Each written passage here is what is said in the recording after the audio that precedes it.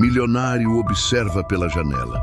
Uma menina de rua rouba o brinquedo do seu filho cadeirante e foge gritando: "Duvido me pegar." Isso se repete por dias, até que ele decide segui-la. O que descobre a seguir é tão perturbador, tão inimaginável, que sua decisão naquele momento muda o destino de 3 vidas para sempre. Antes de começarmos essa história emocionante, deixe aqui abaixo, nos comentários, de que cidade você está assistindo. E um curtir no vídeo para continuar acompanhando.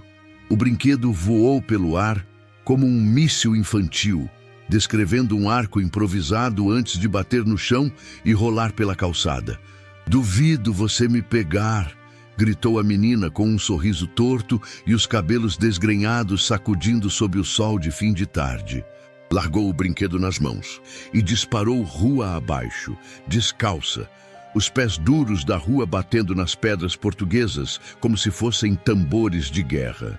Uma gargalhada cortou o ar quente, ecoando entre os portões de ferro das mansões do condomínio fechado.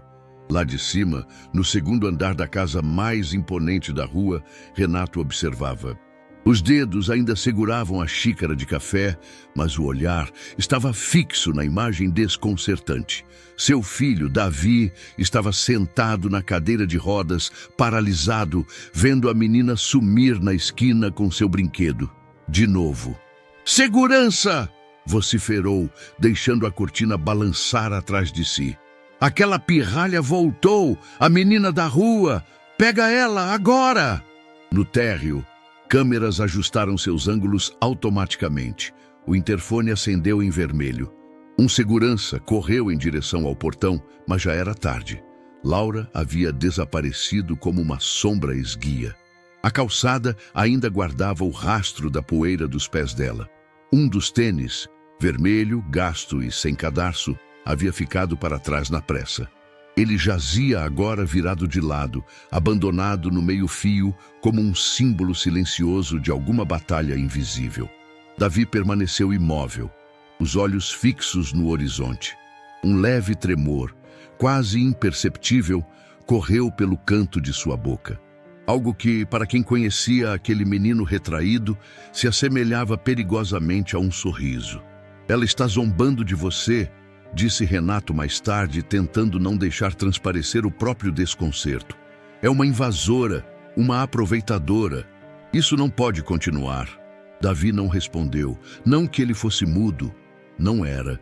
Mas fazia tempo que as palavras haviam desaparecido do vocabulário dele, soterradas pelo trauma de um acidente que todos chamavam de inesperado e lamentável.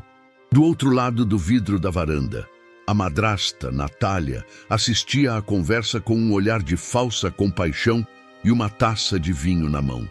"Renato, talvez seja só uma criança querendo atenção. Essa menina vive nas ruas. É triste, claro, mas você não pode se envolver, é perigoso." Renato não respondeu. Caminhou até o jardim, pegou o tênis vermelho e girou-o nas mãos. Havia terra nos sulcos da sola, lascas de cimento, cheiro de suor e infância esquecida. Aquilo o incomodava mais do que gostaria de admitir. Do outro lado da cidade, Laura enfiava os pés num par de chinelos velhos emprestados por um catador que havia se compadecido da cena. O brinquedo, um skate de brinquedo que piscava luzes quando se movia, estava seguro na sacola que ela abraçava contra o peito.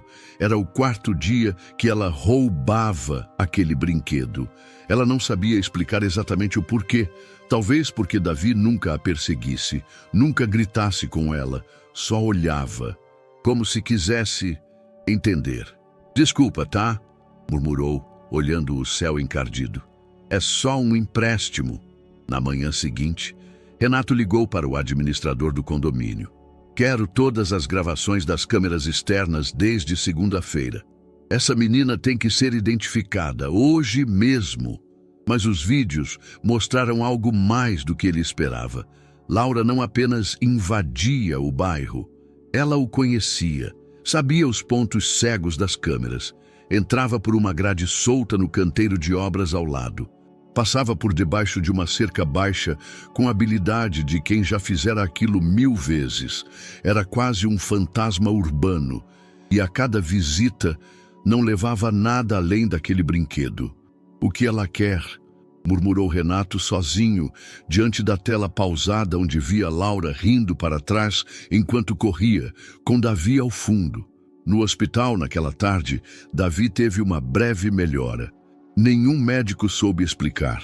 Só disseram que o batimento cardíaco tinha ficado mais estável, os olhos mais vivos, as mãos menos tensas. Renato começou a se perguntar: e se aquela menina não estivesse zombando? E se estivesse tentando? Naquela noite, choveu forte. O portão da mansão balançou com o vento e um segurança comentou ter visto alguém espiando do lado de fora. Renato desceu as escadas em silêncio. Caminhou até a entrada. Lá, perto do jardim, entre as plantas encharcadas, ele encontrou o que parecia ser um desenho infantil enrolado em plástico. Era Davi, numa cadeira de rodas, com um coração desenhado no peito.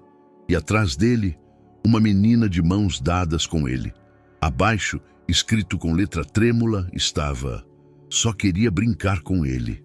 "Pai", disse Davi pela primeira vez em meses naquela noite ao ver o desenho. A palavra saiu baixa, rouca, mas clara. Renato sentiu o chão se mover sob seus pés. Do outro lado da rua, Laura observava a cena escondida atrás de uma árvore, abraçando os joelhos com o que restava do segundo tênis vermelho molhado debaixo do braço.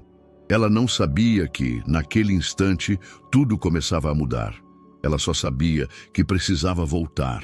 O teto do hospital era velho, tão velho quanto as promessas que Verônica ouvira a vida inteira. Tinha manchas de infiltração em formato de mapas sem nome, rachaduras que corriam como veias tristes por entre os rebocos mal refeitos.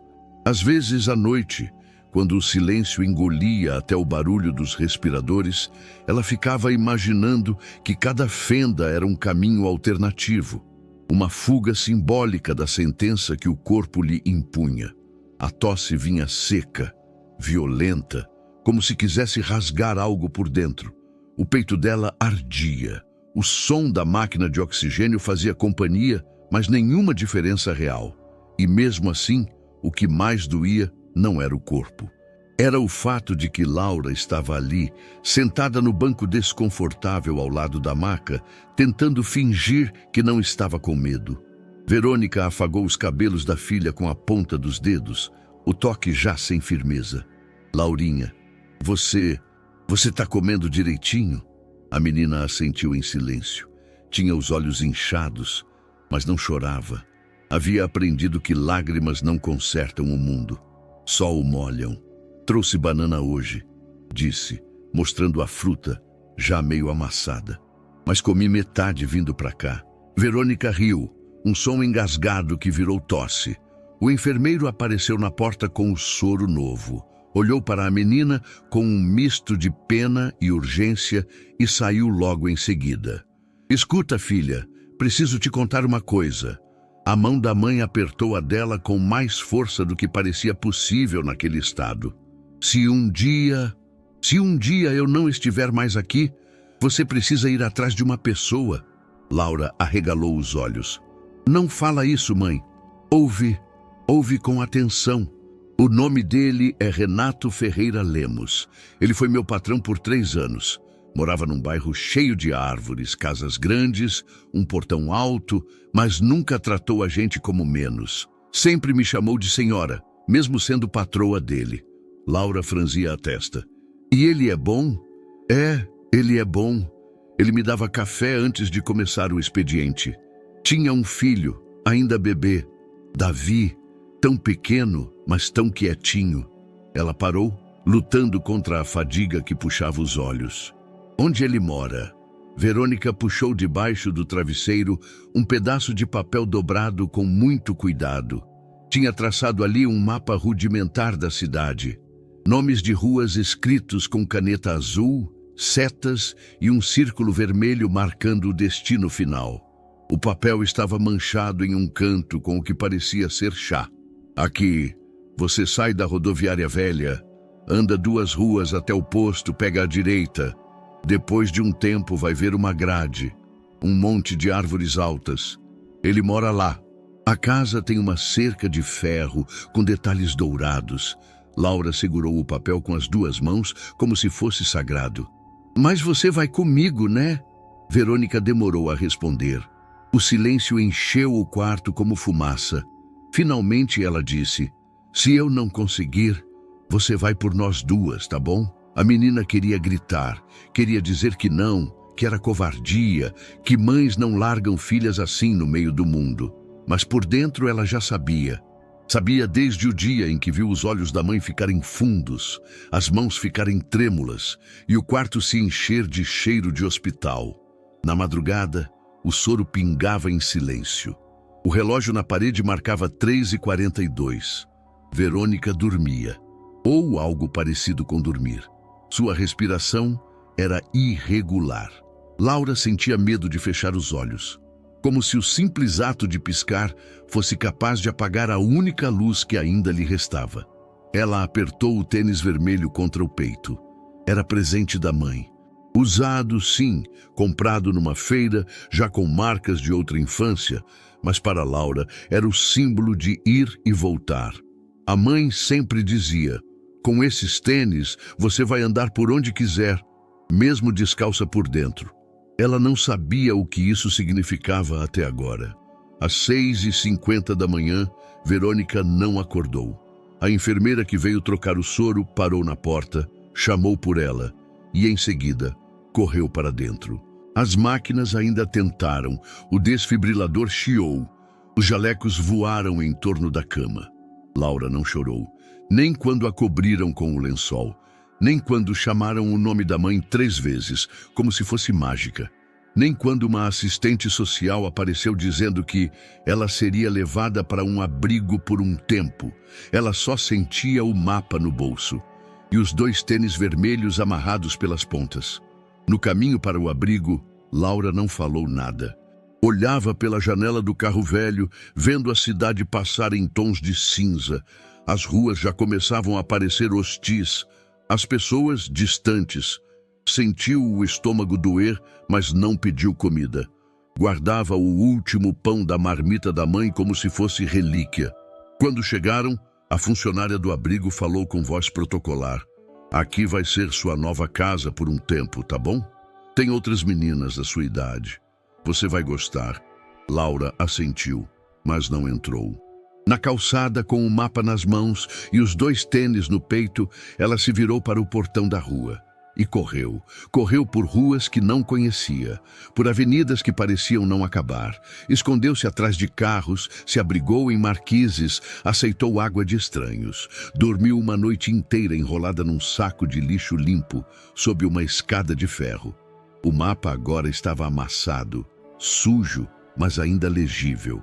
A cada cruzamento, ela repetia mentalmente o trajeto.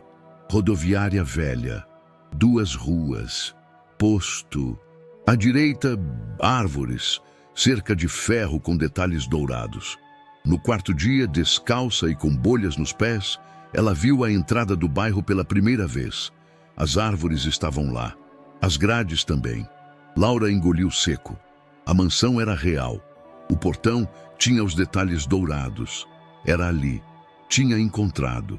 Mas antes de tocar a campainha, ela viu algo que a fez parar.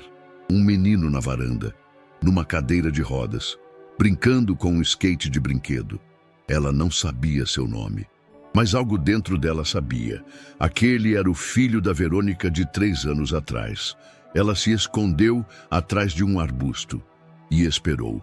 A porta do abrigo se fechou atrás de Laura com um estalo seco, o tipo de som que, mais do que ecoar, crava uma sensação, o de não pertencimento. As paredes eram de um branco encardido, interrompidas por cartazes coloridos tentando mascarar o vazio. Uma funcionária, jaleco azul e olhar cansado, apontou para um banco de madeira no corredor. Senta aí, Laura. A psicóloga vai te chamar. Depois te mostram o dormitório. Ela obedeceu. O banco era duro, desconfortável e a sala cheirava a desinfetante barato. No fim do corredor, ouviam-se vozes. algumas infantis, outras ríspidas, e por um instante Laura achou ter escutado um choro abafado. O quarto onde foi colocada tinha 4 camas de metal, colchas puídas e 2 meninas caladas. Uma mordia a unha e encarava a parede. A outra dormia com os braços abraçados ao próprio corpo, como quem tem medo até dos sonhos. Laura pousou a mochila aos pés da cama. Dentro, um pedaço de pão, o tênis vermelho e o mapa, já quase ilegível. "Qual seu nome?", murmurou a menina da unha roída. "Laura." "Vai embora também?" Laura não respondeu. Naquela noite ninguém dormiu direito. Uma briga no corredor estourou pouco depois das 10. Uma cuidadora gritou. Um menino foi arrastado pelos braços. Laura apertou o tênis contra o peito e olhou para o teto, tentando lembrar o som da voz da mãe. Não conseguia. No escuro, prometeu a si mesma que não ficaria ali. Não por mais uma noite. Às 3h17, segundo o relógio trincado da parede, ela se levantou em silêncio. Pegou a mochila e os tênis. Um dos sapatos, o esquerdo, estava rasgado na lateral. O corredor estava vazio. No banheiro coletivo, uma das janelas estava entreaberta. Atravessá-la exigia mais coragem do que força. O mundo lá fora estava frio. Mas ela não hesitou. Escalou com cuidado, rasgou a barra da calça e pulou. O impacto no chão foi seco, mas não a impediu de correr. As ruas da madrugada tinham um silêncio que não era pacífico. Era o tipo de silêncio que carrega o som de passos invisíveis, carros que passam devagar demais, olhos que espreitam das sombras. Laura caminhou por horas, escondendo-se sempre que um farol se aproximava. Parou atrás de um quiosque abandonado, enrolou-se na mochila e tentou dormir. Choveu às 5. Acordou encharcada, com os pés gelados e um latido de cão ao longe. O tênis vermelho escorregava do pé. A fome chegou ao meio-dia, um vazio que fazia o corpo tremer. Não tinha mais o pão, não sabia onde estava, mas continuava andando. No terceiro dia, tentou pedir comida em uma padaria. O atendente enxotou-a com um pano, sem nem ouvir o que ela dizia. Foi sentar-se perto de um ponto de ônibus. Quase cochilava quando uma sombra cobriu seu rosto. "Ei, mocinha, tá perdida?" Era um homem velho, pele escura, uniforme laranja, gari. Trazia uma vassoura numa mão e um saco na outra. Laura recuou, mas o homem apenas se abaixou, abriu uma marmita e ofereceu metade. "Come, é arroz e ovo, mas tá quente." Ela comeu, devagar no início, depois com avidez. O homem não perguntou mais nada. "Tem onde ficar?" Ela negou. "E tá indo para onde?" "Para uma casa", sussurrou. "Grande, com cerca dourada." O gari sorriu de leve. "Parece um bom lugar, vai chegar lá. Só não para de andar, tá?" Ela assentiu. Ele lhe deu uma garrafa de água e um aviso. "Evita o viaduto ali. À noite não é lugar para criança." Mais 2 dias passaram. As pernas doíam, os pés estavam machucados. O tênis vermelho agora só tinha um cadarço. Dormia por trechos, atrás de muros, em escadas de prédios comerciais. Uma noite, um homem se aproximou enquanto ela dormia. O som do zíper da mochila a acordou. Correu. Correu sem olhar para trás, sem saber se estava gritando ou só respirando alto demais. Só parou quando viu a torre de uma igreja conhecida. Estava perto, muito perto. Na manhã seguinte, o sol saiu por entre nuvens pesadas. O céu ainda guardava os tons escuros da tempestade anterior. E então ela viu as árvores, altas, ordenadas, cercando o que parecia um bairro de outro mundo. As casas ali eram tão grandes que pareciam hotéis. Os jardins, perfeitos como vitrines. E bem no meio da entrada, a grade, ferro com detalhes dourados. Laura caiu de joelhos na calçada. Não chorou. Apenas respirou fundo e sussurrou. "Cheguei, mãe." Os seguranças do portão a observaram por um tempo. Era só uma menina, descalça de um pé, com os cabelos grudados na testa e os olhos vidrados em uma das mansões à frente. Ela tirou da mochila um pedaço de papel. Era o mapa. úmido, rasgado, mas ainda legível. Levantou-se, com o tênis encharcado pendendo da mão, e caminhou. Passou pela grade como quem atravessa um portal. Um dos seguranças hesitou. Laura olhou diretamente para ele. "Quero ver o senhor Renato. Você é da rua?" Ele perguntou, surpreso com a firmeza dela. "Sou filha da Verônica." O homem estremeceu. Abriu o portão devagar e apontou para o jardim da casa ao fundo. "Espera ali." Laura andou até o local indicado e se sentou numa pedra do jardim, o tênis vermelho ainda pingando chuva. Esperou. A esperança nos olhos era o que mais chamava a atenção. Mesmo depois de tudo, ela ainda esperava. Esperava que alguém, enfim, dissesse que ela podia ficar. O portão se abriu com um rangido lento, como se até o metal hesitasse em permitir a entrada de alguém como ela. Laura passou pela abertura com passos tímidos. A mansão diante dela parecia maior agora que vista de perto, quase absurda. Os vidros refletiam a luz da manhã como espelhos, e as colunas brancas lembravam algo que só tinha visto em revistas velhas da biblioteca da escola. O segurança a acompanhava de perto. Era um homem alto, de rosto fechado, mas algo em seu olhar havia mudado desde que ouvira o nome. "Fica aqui, sentada", disse, indicando um banco de pedra próximo ao jardim lateral. "Não sai do lugar, entendeu?" Ela assentiu, sentando-se devagar. As pernas doíam, o tênis vermelho ainda úmido escorregava no pé.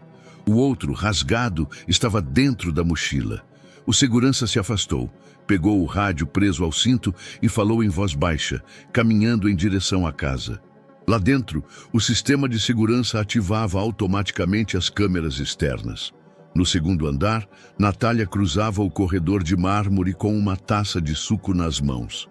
Quando passou pela central de segurança, a imagem da menina sentada do lado de fora lhe chamou a atenção. Ela recuou. "Quem é essa?" O técnico responsável hesitou. "Uma menina apareceu agora há pouco. Disse que quer falar com o senhor Renato. Mencionou uma tal de Verônica." Natália franziu o senho. "Verônica? Parece que era empregada da casa há alguns anos." A mulher não disse nada. Apenas observou a tela por alguns segundos. "Não deixe ela entrar", disse fria. "E me avise se ela tentar se aproximar do menino." Davi estava na varanda dos fundos, os olhos vagando pelo jardim. Desde o acidente, passava boa parte do tempo ali, em silêncio, entre as plantas e os brinquedos que não usava mais. As enfermeiras diziam que o ar livre o acalmava. Renato insistia para que ele ficasse exposto ao sol, mas naquela manhã o menino parecia inquieto. Seu olhar, geralmente perdido no nada, agora estava fixo em um ponto específico, a lateral da casa. Lá, atrás de uma fileira de arbustos, uma menina muito magra sentava-se sozinha, suja, com um tênis vermelho no pé e o outro ausente. O rosto cansado, mas atento. Davi inclinou levemente a cabeça e sorriu. Lá embaixo, Laura não viu o sorriso, mas sentiu algo. Um arrepio, talvez. A sensação de que estava sendo observada, mas não de forma hostil. Era como se o olhar que vinha da casa fosse diferente de todos os outros que recebera nos últimos dias. Não de desprezo, não de julgamento, curiosidade talvez, ou reconhecimento. Ela apertou a mochila contra o colo. "Vai dar certo", sussurrou para si mesma. Dentro da mansão, Renato descia as escadas apressado. O segurança o havia chamado com urgência. A voz do homem tremia um pouco, coisa rara para alguém como ele. "Senhor, desculpe o incômodo, mas tem uma menina lá fora. Diz que é filha da Verônica. Insistiu que precisa falar com o senhor." Renato parou no meio do corredor. O nome bateu como um soco no peito. "Verônica?" "Sim, senhor. Aquela senhora que trabalhava aqui antes da dona Natália entrar." Renato ficou em silêncio por um momento. Depois, caminhou até a porta de entrada. Abriu devagar e viu. A imagem da menina o surpreendeu mais do que ele imaginava. Era pequena, muito magra, com os cabelos grudados de suor e poeira. O tênis vermelho chamava a atenção como uma mancha viva num ambiente limpo demais. Ela levantou-se ao vê-lo. "Oi?", disse num fio de voz. "Você é o Sr. Renato?" "Sim", respondeu ainda confuso. "E você disse que é filha da Verônica?" Ela assentiu. "Minha mãe mandou eu vir, antes de... Não terminou a frase, mas não precisou. Renato franziu o senho, passou a mão no rosto. O nome de Verônica mexia com algo antigo nele, uma memória que ele nunca fechou direito. "E onde está sua mãe agora?" "No céu." Silêncio.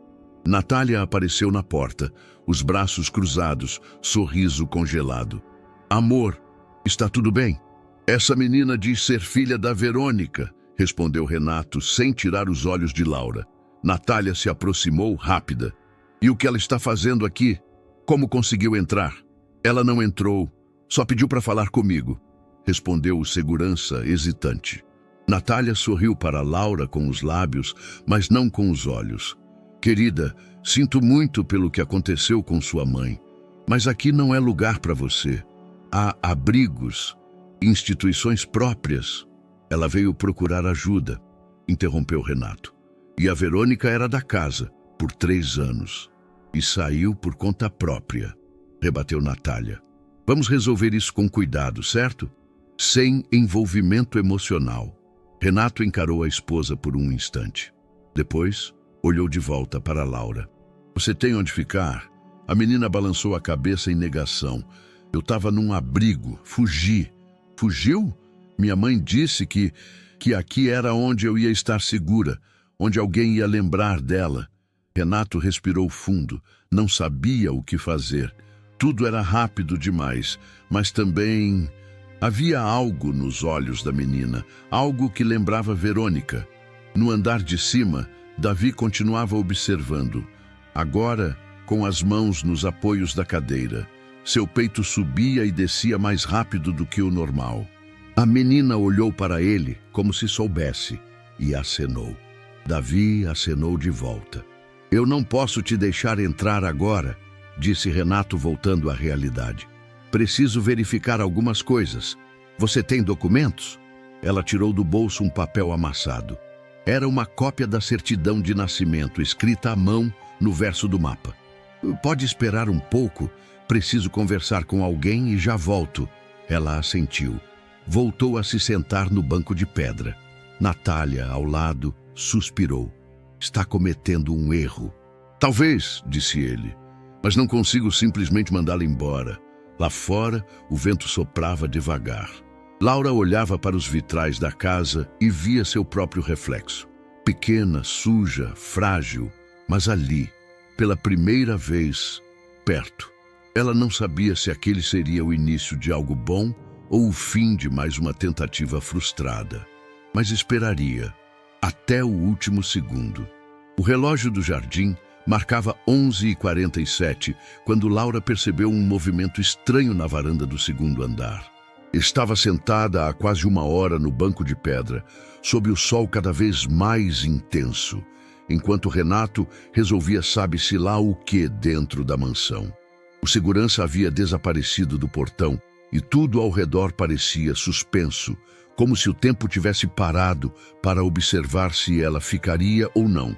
Mas o que viu pela janela não fazia sentido. Davi estava sozinho no alto da escada interna. A cadeira de rodas parecia mal posicionada, inclinada demais. Ele olhava para alguém fora do alcance da vista de Laura, como se esperasse instruções. Havia algo de incômodo naquela postura, como um animal encurralado, silencioso e resignado. Então ela surgiu. Natália, rápida, elegante, como sempre, com os cabelos perfeitamente presos e as unhas vermelhas brilhando sob a luz. Aproximou-se pelas costas de Davi. Parou. Disse algo que Laura não conseguiu ouvir. O menino virou o rosto com expressão de súplica, e foi nesse exato momento que tudo mudou. O gesto foi seco, um empurrão quase casual. Davi despencou da cadeira como um boneco de pano. A cadeira seguiu junto, quicando nos degraus, fazendo um barulho que, mesmo com o vidro fechado, chegou até o jardim. Laura se levantou num pulo, os olhos arregalados, a boca aberta em um grito que não saiu. O corpo de Davi caiu imóvel no chão de mármore do térreo. Por um segundo, tudo ficou em silêncio. Então, Natália desceu as escadas gritando: "Meu Deus, Davi, alguém me ajuda!" O som ecoou pela casa, agudo, desesperado. Ela se jogou ao lado do corpo do menino, chorando histericamente, batendo no próprio peito, encenando uma tragédia. Laura, ainda em choque, deu 2 passos para trás e pisou em um galho seco. Crac! A cabeça de Natália virou na direção da janela. Os olhos das duas se encontraram. A expressão de Natália mudou no mesmo instante. O choro parou. Os olhos se estreitaram. Reconhecimento. Perigo. A máscara de desespero caiu por um segundo, revelando o rosto de uma predadora. Laura soube que precisava correr. Agora. Virou-se e disparou em direção aos fundos do jardim. Passou por arbustos, tropeçou em uma raiz, quase caiu. O coração batia como um tambor dentro do peito. Atrás dela, ouviu o som de um vidro quebrando. Natália forçava uma porta lateral para sair por outro acesso. Laura não sabia o caminho, não conhecia os atalhos, mas sabia que precisava sair dali, agora. Chegou até um portão de ferro lateral trancado com uma corrente. Subiu nele como podia, rasgando a calça no processo. Do outro lado, havia uma área em construção, com entulhos, madeira empilhada e poeira. Saltou. O impacto a jogou no chão. Rolou e se levantou rápido, sentindo o joelho arder. Olhou para trás. Natália surgia atrás do portão, os cabelos soltos, desfigurada pelo ódio. Ainda não havia gritado. Estava tentando conter a explosão. Uma mulher como ela não gostava de perder o controle. Mas havia visto. Laura tinha visto tudo. A menina correu sem pensar, passou por um monte de sacos de cimento, atravessou um tapume meio solto e caiu direto numa viela estreita entre 2 muros altos. O chão ali era de terra batida, escorregadio. Passou por uma escada encostada, uma lata de tinta aberta e, por fim, alcançou a rua lateral do condomínio. De lá, não olhou para trás. Correu por 2 quarteirões antes de parar. Os pulmões queimavam. O coração parecia fora de compasso. Encostou-se a um poste. Tentou respirar. As mãos tremiam. Tinha visto. Ela tinha visto. Na mansão, Natália voltou para dentro, os olhos fervendo. O segurança corria pelos corredores. Renato, em pânico, tentava falar com a ambulância. "Ele caiu da escada!" gritava Natália, ensaiando o choro novamente. Eu vi! Ele se desequilibrou. Foi horrível. O menino estava desacordado, mas vivo. Os médicos chegaram rápido. Ninguém mencionou a menina no jardim. Na calçada, escondida atrás de um carro estacionado, Laura observava tudo. Via a ambulância sair, via Natália abraçar Renato fingindo desespero, via o portão da mansão se fechar. Estava suja, com sangue seco no joelho, os dedos arranhados e um tênis rasgado. Mas estava viva e carregava um segredo que ninguém mais tinha. O cheiro de cimento fresco e madeira mofada era o que mais marcava aquelas madrugadas. Laura, encolhida entre pilhas de tijolos em uma casa inacabada, usava uma lona plástica como cobertor improvisado. Não havia luz, tampouco segurança, mas havia silêncio. E isso por hora bastava. Desde o dia do acidente, ela não ousava se aproximar da mansão. Natália a vira. Disso tinha certeza, e se a mulher estava disposta a empurrar um menino indefeso de uma escada, o que faria com uma menina de rua que vira tudo? Laura se manteve afastada. Observava de longe. Dormia durante o dia quando era mais seguro. À noite, andava, em busca de comida, de abrigo, de respostas. No terceiro dia, encontrou um pacote de bolachas quebradas num lixo atrás de um supermercado. Comeu devagar, racionando migalhas como quem guarda tesouros. Bebia água de torneiras de construção. Um pedreiro deu-lhe uma banana sem perguntar nada. A maioria fingia que ela não existia. Ela já estava acostumada com isso. Numa manhã, Explorando um terreno abandonado, viu algo curioso no fundo de uma lixeira escolar. Um celular. Estava trincado, com a tela parcialmente quebrada, mas ao apertar o botão lateral, a luz acendeu. Funcionava. Não tinha chip nem internet, mas o modo câmera ainda estava ativo. Laura segurou o aparelho como quem encontra uma arma carregada. Agora tinha uma chance. Naquela noite, voltou ao esconderijo com o celular no colo e um caderno que havia achado dias antes, ainda com algumas folhas em branco. Pegou uma caneta e começou a desenhar, página por página. Primeiro a escada, depois Davi em sua cadeira. Em seguida, Natália se aproximando e o empurrão. Laura não era artista, mas seus traços eram firmes, duros, quase dolorosos de olhar. Cada risco trazia lembranças. O som seco da cadeira quicando nos degraus, o corpo de Davi caindo sem um grito. Na última página desenhou a si mesma, escondida observando. Embaixo escreveu: "Eu vi tudo". Na manhã seguinte, o sol mal havia nascido quando ela decidiu que era hora. Enrolou o celular num pano velho e o escondeu na mochila. Prendeu os cadarços do tênis vermelho como podia. O outro pé estava com um chinelo furado. Atravessou a cidade pelas sombras, sempre atenta aos faróis, aos passos, aos barulhos. Chegou ao muro da casa por volta das 10 da manhã. O portão principal estava fechado, mas ela já sabia de uma passagem lateral por onde havia fugido dias antes, entre os tapumes da obra ao lado e a cerca viva do jardim. Esperou meia hora até ter certeza de que nenhum dos seguranças rondava aquela área e entrou. Rastejou pela lateral do terreno, sujando-se de terra. Escutava vozes ao longe, vindo de dentro da casa. Conseguiu ver pela janela da cozinha uma movimentação. Natália de costas, falando ao telefone com um copo de vinho na mão, mesmo tão cedo. Laura se escondeu atrás de uma árvore, respirou fundo e ligou a câmera. A gravação começou com tremores. As mãos suadas dificultavam manter o aparelho estável, mas logo ela se ajustou, apoiando-o sobre uma pedra virado para a varanda. Ficou ali, em silêncio absoluto, esperando algo acontecer, algo que pudesse servir como prova. Um deslize, uma frase, um gesto. Mas a janela se fechou. Natália havia saído da cozinha. Laura rastejou até a lateral da casa. Avistou o corredor interno. Perto da sala, ouviu passos. Duas vozes discutiam. Não temos como saber se ela contou para alguém. Eu já disse que não viu direito. Era só uma menina suja, uma pirralha. Mesmo assim. E se ela voltar? Então a gente dá um jeito. A voz era de Natália. E aquela frase, então a gente dá um jeito. Laura apertou o botão de gravação novamente. A câmera pegou apenas o áudio, mas era nítido. Havia medo na outra voz. Pressão, conspiração, não era o suficiente, mas era um começo. De repente, um celular tocou dentro da casa. Natália atendeu rapidamente. Oi, amor, já saiu do hospital? Ah, graças a Deus. Como ele tá? Ainda sedado? Certo. Tá, te espero para almoçar. Silêncio.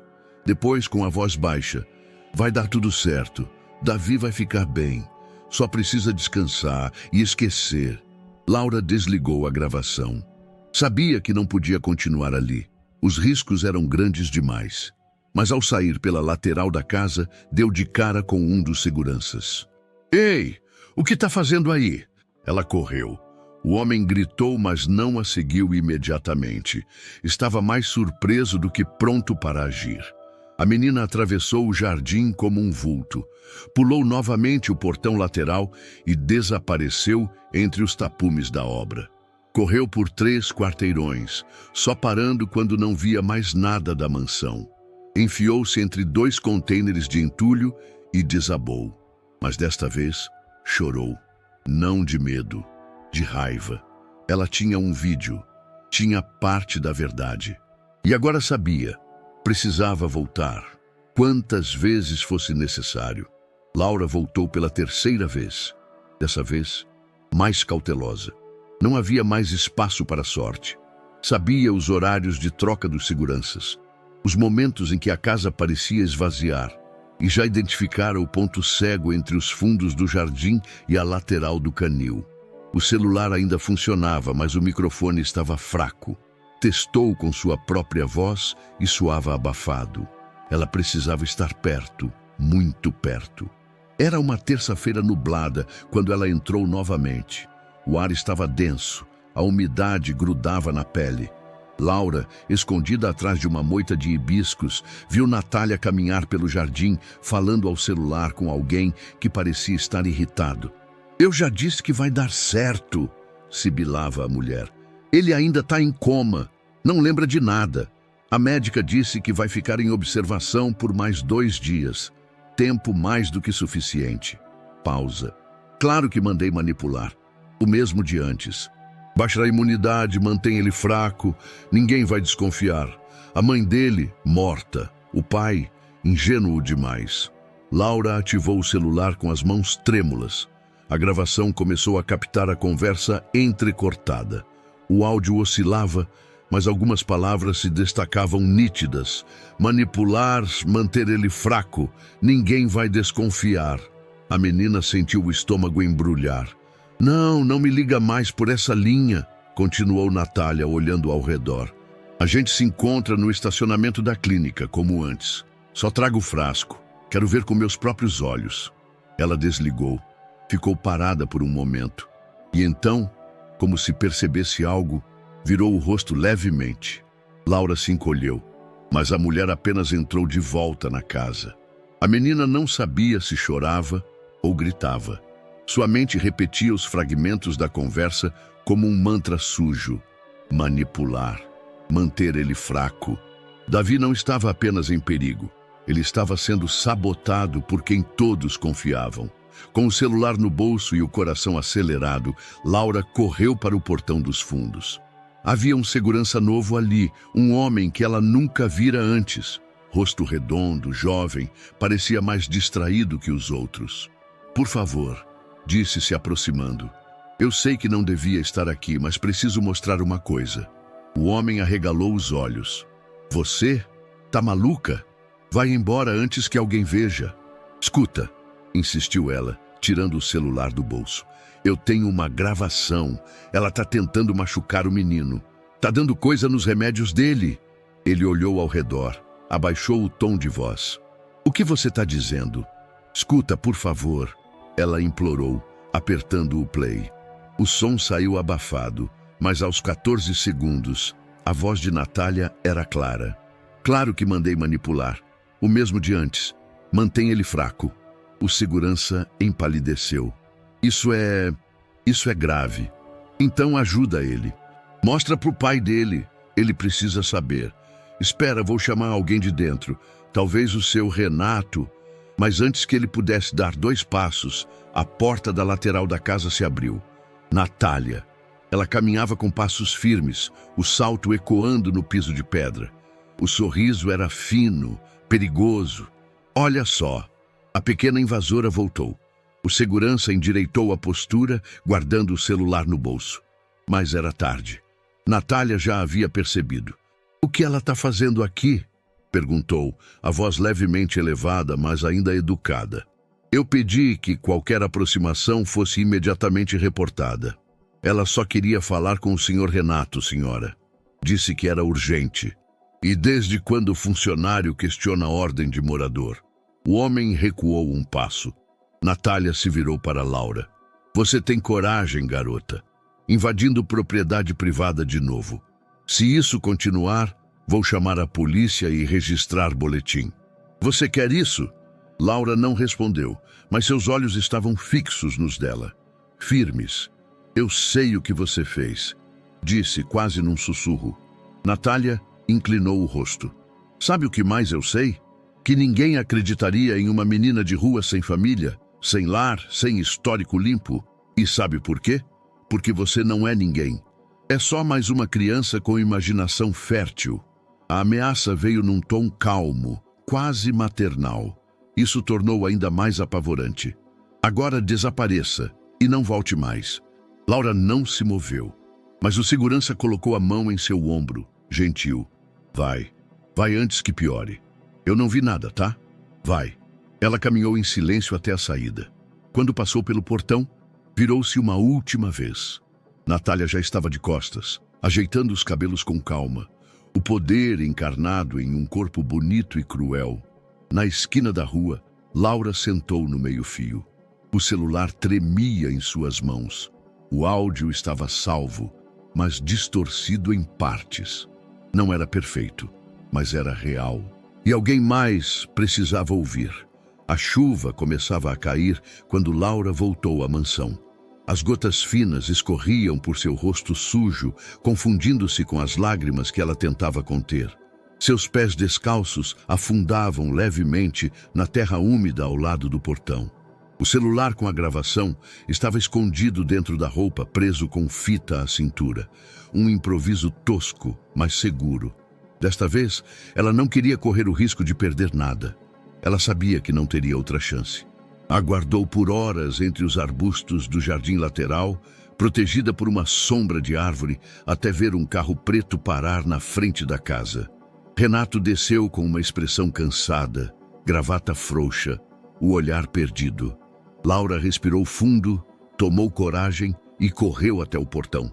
"Senhor Renato!" gritou, a voz rasgando a chuva. "Por favor, é importante." Ele se assustou no primeiro momento, mas reconheceu o rosto. Mesmo mais sujo, mais magro, mais abatido. "Laura, eu preciso falar com o senhor. Só por 1 minuto, é sério. É sobre o Davi." O segurança do lado hesitou. Renato levantou a mão, interrompendo qualquer reação. "Deixa ela entrar." Minutos depois, estavam sob o alpendre da casa, com a chuva martelando as telhas. Laura tremia, mas não era só de frio, estava nervosa, sabia o peso do que carregava. "Eu gravei ela, a Natália, falando que mandou manipular os remédios do Davi. Eu ouvi, ela está tentando manter ele doente." Renato arregalou os olhos. "O que você está dizendo?" "É verdade, eu tenho a gravação aqui. Tá ruim, mas dá para entender. Ela falou do médico, disse que ninguém desconfiaria." Laura puxou o celular com mãos trêmulas e mostrou a gravação. O áudio rodou por quase 1 minuto. Era cheio de ruídos e muitas frases eram inaudíveis, mas aos 28 segundos a voz de Natália se destacava, mais limpa. "Manter ele fraco. Ninguém vai desconfiar. O mesmo de antes." Renato franziu o senho. "Isso é..." Mas antes que pudesse terminar a frase, a porta se abriu atrás deles. "Renato, o que essa menina está fazendo aqui outra vez?" Natália surgiu, com uma taça de vinho e um olhar que, apesar do tom doce, estava afiado como lâmina. Laura deu um passo para trás, mas não se calou. "Eu mostrei para ele a gravação! Ele ouviu!" Natália riu, um som breve e sem alegria. "Gravação? Está me espionando agora, querida? Isso está ficando perigoso." Ela virou-se para Renato, suavizando a expressão. "Amor," ela invadiu de novo, "vive rondando essa casa. Já ameaçou um dos funcionários e agora inventa histórias de conspiração? Pelo amor de Deus, isso já virou delírio. É uma criança traumatizada, de rua. Olha o estado dela." Renato permaneceu em silêncio. Os olhos dele iam de Natália para Laura e de volta para o celular. "Ela está mentindo," Laura insistiu. "Ela empurrou o Davi, eu vi, e agora está envenenando ele com remédio manipulado." "Isso é grave," murmurou Renato. "Muito grave." "E completamente infundado," cortou Natália. "Amor, essa menina precisa de ajuda, mas não é sua responsabilidade. Vamos entregar ela para as autoridades. Que tal um psicólogo, um abrigo seguro? Já passou da hora disso." Laura sentiu o chão tremer. Renato suspirou. Eu não sei mais o que pensar. Você chega com essas acusações, essa gravação que mal dá para entender, e eu estou tentando lidar com o estado do meu filho." "Então você acha que eu estou inventando?" Ela perguntou, a voz falhando. "Eu não sei," disse ele honestamente. "Só sei que tudo isso é demais. e que você precisa descansar, comer, ficar segura. Mas aqui não posso mais permitir que entre assim. O golpe foi pior do que qualquer tapa. Laura sentiu as pernas fraquejarem. Natália deu um passo à frente e abriu a porta. Vai, querida. Deixa esse homem em paz. Ele tem problemas reais. Laura encarou Renato uma última vez. Os olhos dele estavam marejados, mas firmes. Ela colocou o celular de volta no bolso. Caminhou devagar pelo jardim. Parou perto de uma flor que sua mãe ajudara a plantar anos atrás. Puxou o tênis vermelho do pé, o único que ainda usava, e o deixou ali, entre a grama molhada. Se um dia lembrar da Verônica, lembra de mim também, disse sem se virar, e então sumiu pela chuva. Renato ficou parado no alpendre, observando o tênis afundar na terra encharcada. Não disse nada, mas algo dentro dele começava a rachar. Laura não sabia exatamente como chegou até ali. Depois de deixar o tênis no jardim de Renato, andou sem rumo por horas. Sentia-se vazia, como se uma parte dela tivesse sido enterrada com aquele calçado. Com os pés descalços e os pensamentos acelerados, cruzou bairros sem nome, becos lamacentos e praças esquecidas. No bolso, o celular continuava lá, a única coisa que restava. Foi no final da tarde, já quando o sol sumia por trás dos prédios tortos da Zona Leste, que ela se sentou nos degraus de uma antiga unidade de saúde. Reconhecia aquele lugar. Sua mãe trabalhara ali, anos atrás, como auxiliar de limpeza. A estrutura era precária, mas Verônica gostava da rotina. Dizia que, mesmo entre os doentes, havia algo de vida nos corredores hospitalares. Laura apertou o celular contra o peito e entrou. A unidade estava quase vazia. Uma recepcionista velha cochilava atrás do balcão e o único som vinha de uma televisão pequena ligada no noticiário. Laura aproximou-se devagar, olhando para os crachás expostos no mural. Ali estava o nome: Adelaide Pires, técnica de enfermagem. Lembrou-se da mãe mencionando aquela mulher mais de uma vez. Adelaide tem mãos de algodão e coração de ferro.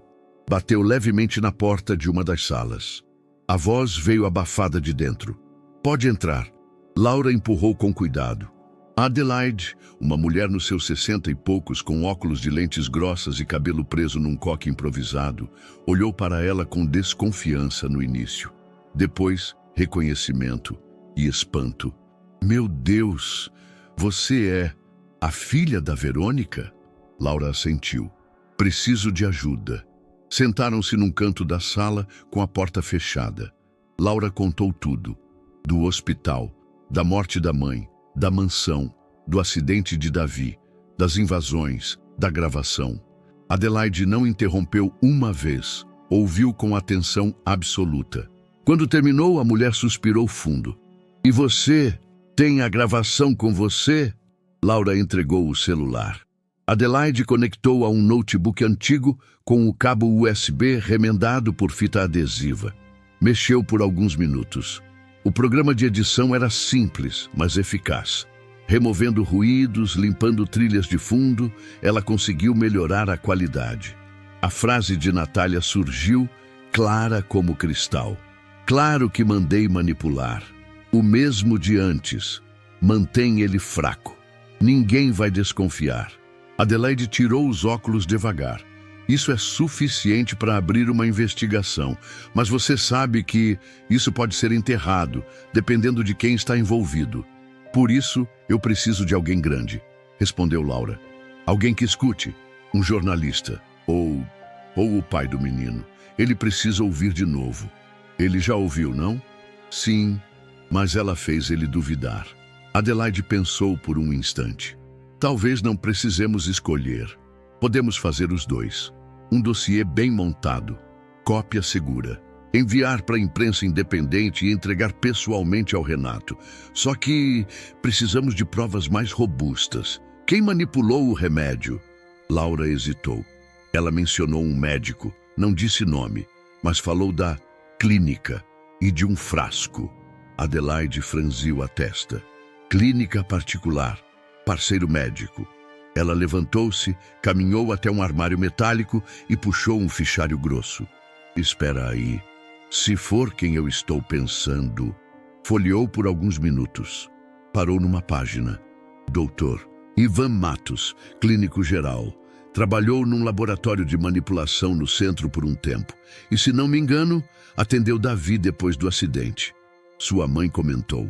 Disse que esse médico tinha olhos de cobra. Ele deve ser ele. Então temos um nome. Agora precisamos de conexão. Algo que vincule esse médico a Natália. Receitas, transações ou uma nova gravação. Laura arregalou os olhos. Eu posso tentar gravar de novo. Não, dessa vez não. Você está marcada. Ela vai te reconhecer de longe. Adelaide tirou do bolso uma pulseira hospitalar antiga. Eu entro, me finjo de enfermeira da unidade. Digo que preciso falar com o doutor por uma medicação irregular. Se ele der bandeira, gravo tudo. Mas é perigoso. E você acha que viver se escondendo com uma bomba no bolso, não é? Laura sorriu pela primeira vez em dias. Você tem coragem. Não, eu tenho nojo. Nojo de gente como essa mulher, que trata a criança como obstáculo. Passaram o resto da noite preparando um plano. Adelaide ficou com o celular. Montou uma pasta digital com backups da gravação. Laura anotou o nome da clínica, caso precisasse fugir e pedir socorro. Antes de se separar, a enfermeira colocou uma mão sobre o ombro da menina. Você tem ideia do que fez? Laura balançou a cabeça. Sozinha não ia ter coragem, mas minha mãe, ela me disse que eu podia confiar em você. E ela estava certa. Na saída da unidade, Laura parou na calçada. Chovia de novo.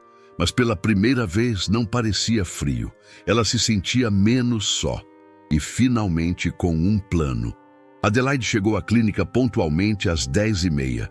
Estava com o jaleco branco, uma prancheta em mãos e a velha pulseira hospitalar presa ao pulso, como se tivesse saído de um plantão qualquer. Usava o nome de um posto de saúde conhecido, uma mentira ensaiada com cuidado. Laura assistia tudo de uma esquina próxima, o capuz cobrindo o rosto, os olhos arregalados. O plano parecia simples. Adelaide se apresentaria como profissional da saúde e, sob pretexto de verificar um pedido duvidoso, confrontaria o médico envolvido. Enquanto isso, o celular escondido no bolso do jaleco gravaria tudo. Simples, razoável, seguro. Mas o mundo raramente respeita planos simples. 30 minutos depois, Adelaide saiu da clínica com passos lentos, quase pesados. O semblante, antes resoluto, agora estava sombrio. Carregava a bolsa apertada contra o corpo. Quando encontrou Laura no ponto combinado, não disse nada. Deu certo? A menina perguntou aflita. Adelaide olhou para os lados antes de responder. Não, não deu certo. Mas por quê? Ele desconfiou? A mulher respirou fundo. Ele já sabia que a gente viria. O quê? Quando entrei, fui atendida por uma recepcionista jovem, muito educada. Mas ao pedir para falar com o Dr. Ivan, ela sumiu por alguns minutos. Quando voltou, disse que ele não podia atender, que estava em uma cirurgia externa. Só que eu vi. Vi ele dentro da sala, pela porta entreaberta. Estava no telefone e não parecia com pressa nenhuma. Laura mordeu o lábio. Você deixou a gravação rodando? Deixei. Mas a recepcionista pediu minha bolsa por questão de protocolo. E quando devolveu, o celular sumiu. Ele pegou a gravação. Ou alguém ligado a ele. Não importa. Fomos descobertas. Laura recuou 2 passos. O mundo girava ao seu redor como se tudo estivesse de cabeça para baixo.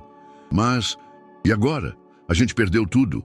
A gente perdeu tempo, disse Adelaide séria. E talvez segurança. Ela puxou um papel do bolso. Era um panfleto de uma feira escolar. O nome de um colégio estava circulado em vermelho. O Davi estuda aqui. Está afastado desde o acidente, mas se o médico está manipulando os remédios, é provável que em breve eles o levem de volta, murmurou. Eles vão tentar reintroduzi-lo no ambiente como se nada tivesse acontecido. Ele precisa saber, disse Laura. Ele viu o que aconteceu. Ele lembra. E se não lembrar? Ainda assim é ele, é a vida dele. Adelaide fitou os olhos da menina. Por um instante, algo nela vacilou. Era uma mulher dura, calejada de abandono e omissão institucional. Mas naquele momento, ela viu naquela menina a filha que nunca teve. Então vá, disse. Mas vá com cuidado. Na manhã seguinte, Laura caminhou até a entrada do colégio particular com um uniforme surrado emprestado por uma menina do abrigo. O tecido estava largo e o brasão da escola desbotado, mas seria o bastante para passar pela entrada lateral de alunos. O plano era simples. Entrar com os estudantes do turno da manhã, circular pelo pátio e encontrar Davi, que, segundo Adelaide, voltaria para uma adaptação monitorada. Laura entrou com a cabeça baixa, carregando uma mochila vazia e os olhos atentos. Ninguém a parou. Na escola, todos pareciam ocupados demais com celulares ou conversas. Davi estava em uma sala anexa, num setor de apoio pedagógico. Era um ambiente pequeno, com paredes coloridas e um quadro branco de apoio à comunicação alternativa. Laura se aproximou pela porta de vidro e o viu ali. O mesmo menino da varanda, da escada, do silêncio. Estava mais pálido, mas acordado, e parecia estar esperando. Ela entrou devagar, sem bater.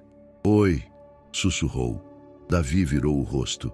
Os olhos se abriram lentamente, como quem reconhece algo que não via há muito tempo. Sou eu, a menina do brinquedo, a do jardim, lembra? Ele não respondeu, mas piscou 2 vezes. Laura se aproximou. Havia um quadro branco sobre a mesa ao lado. Pegou o pincel e empurrou para ele. Escreve o que lembrar. Qualquer coisa. Ele hesitou. Depois segurou o pincel com a mão trêmula e escreveu com esforço. Você. Laura se emocionou. Você lembra, né? A escada. Ela empurrou você. Ela finge que cuida, mas está machucando você. Davi olhou nos olhos dela. Depois pegou o pincel novamente. Escreveu devagar. Ela salvou minha vida. O mundo parou por um instante. Laura sentiu o peito se encher de algo que não sabia nomear. Era dor, alívio, raiva, esperança, tudo ao mesmo tempo. Mas o momento durou pouco. A porta se abriu de repente. Uma pedagoga entrou, seguida por Natália. O que essa menina está fazendo aqui? Gritou a mulher com os olhos faiscando. Laura recuou. A pedagoga avançou. Você é aluna? Qual o seu nome? Natália viu o que estava escrito no quadro. Travou. Saia. Agora, antes que eu chame a polícia. Essa escola é privada, você invadiu. Laura não disse nada. Correu para fora sem olhar para trás. Não porque estava com medo, mas porque já tinha o que precisava. Davi lembrava. E agora não era mais só ela contra o mundo. Renato sentia que havia algo errado com Davi. O menino parecia mais apagado do que nunca. Seus olhos, outrora atentos mesmo no silêncio, agora pareciam fundos, opacos. Os médicos chamavam de quadro instável, recuperação lenta, resposta emocional ao trauma. Mas Renato, no fundo, não conseguia aceitar essas explicações. As mãos do filho tremiam às vezes. O olhar se perdia no teto por longos minutos.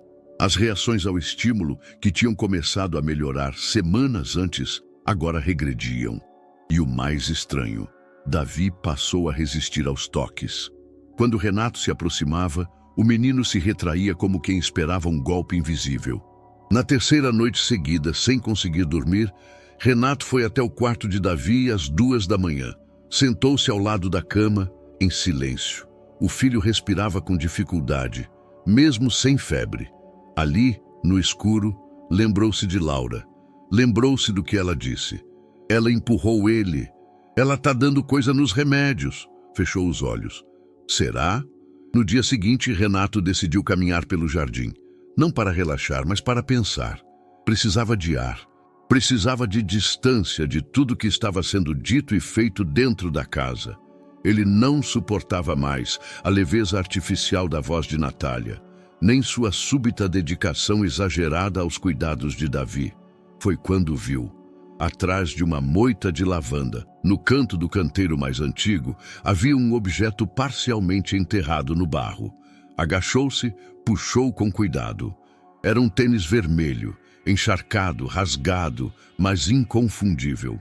Ao lado dele, embrulhado em um saco plástico sujo, estava um pedaço de papel dobrado. Renato abriu.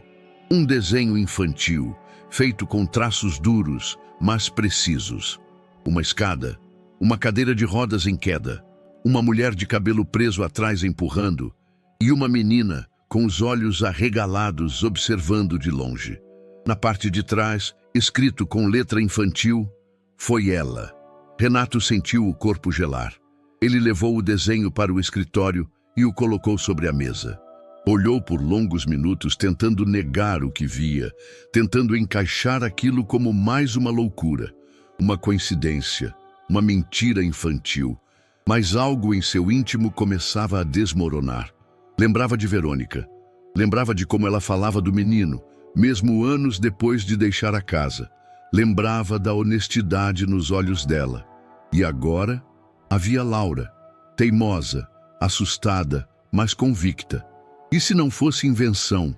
Ao final daquela tarde, Renato foi até o armário de medicamentos. Pediu que Natália não o acompanhasse. Disse que precisava organizar o cronograma de Davi. Ela sorriu, solícita como sempre. Claro, querido, se precisar de mim, estarei no quarto de leitura. O armário estava trancado com uma pequena senha digital. Código que apenas ele e Natália sabiam. Digitou, abriu e encontrou a fileira dos frascos usados na rotina do filho. Leu os rótulos. Algo não batia. A caixa do sedativo usado para dormir estava com data vencida, mas havia sido recentemente reabastecida. O anti-inflamatório estava lacrado, mas não registrado no último relatório médico. Pegou um dos frascos manipulados. Leu a etiqueta. Dr. Ivan Matos, fórmula personalizada, dosagem a critério clínico. Aquilo bateu como um sino. O nome, Laura mencionou. O médico que manipula os remédios. Renato trincou os dentes. Guardou o frasco em um envelope. Naquela noite, durante o jantar, Natália falava sobre reformar o quarto de Davi para deixá-lo mais alegre. Podemos colocar prateleiras com brinquedos educativos.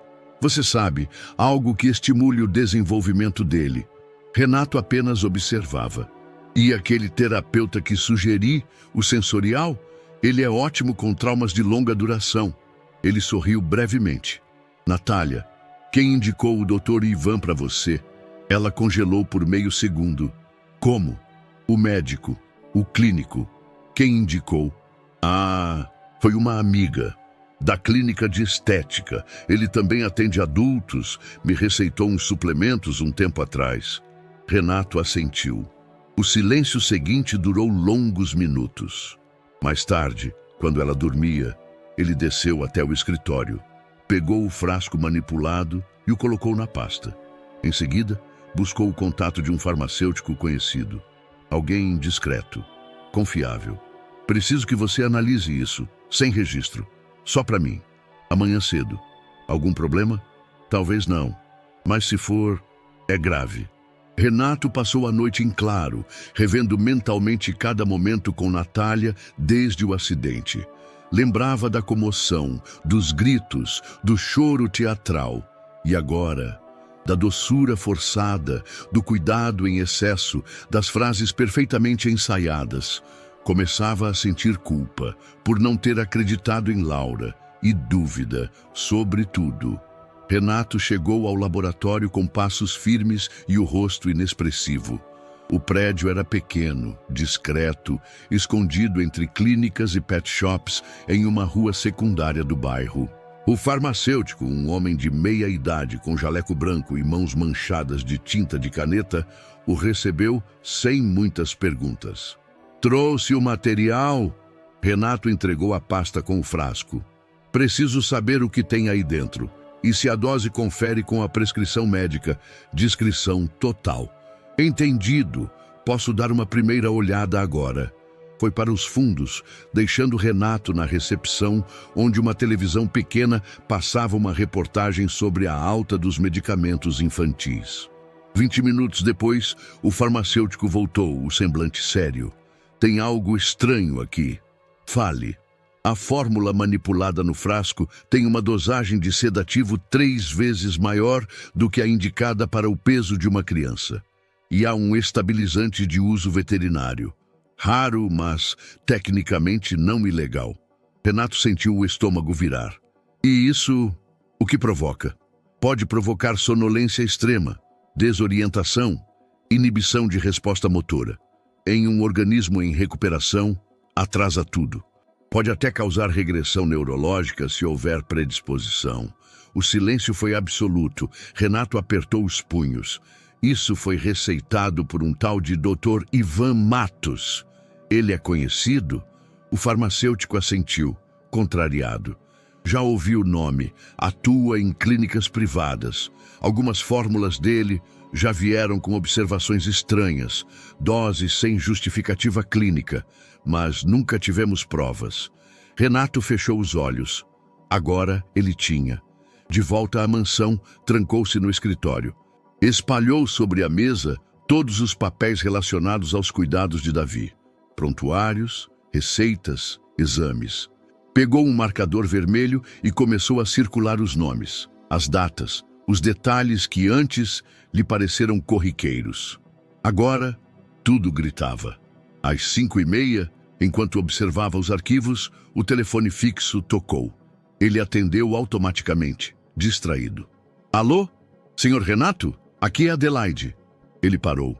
A senhora é enfermeira, amiga da Verônica. Acho que chegou a me ver uma vez quando Davi era pequeno. Como conseguiu meu número? Era da Verônica. Tenho um dossiê e uma gravação restaurada. A menina, Laura, ela não mentiu. O coração dele bateu forte. Pode me encontrar agora? Estou a 3 quarteirões. Esperei por isso. 30 minutos depois, estavam frente a frente no escritório de Renato. Adelaide entregou-lhe um pendrive. É tudo o que conseguimos salvar. Áudio original, mais a limpeza técnica. Tem o nome do médico, tem a voz da Natália, tem menção aos frascos. Está aí. Renato conectou no notebook. Deu play. A voz de Natália soou clara. Claro que mandei manipular. O mesmo de antes. Mantém ele fraco. Ninguém vai desconfiar. A mãe dele, morta. O pai, ingênuo demais. O silêncio no escritório foi tão pesado quanto um luto. Renato tirou os óculos, deixou-os sobre a mesa. Colocou as mãos no rosto. Chorou. Não com som, não com desespero, mas com a força contida de quem descobre que falhou onde mais deveria ter protegido. Adelaide esperou, respeitosa. Quando ele se recompôs, sua voz estava seca. Ela sempre soube como me dobrar. A fragilidade, a sedução, e eu acreditei nela. A culpa não é sua, mas agora o que importa é o que você vai fazer com isso. Renato se levantou.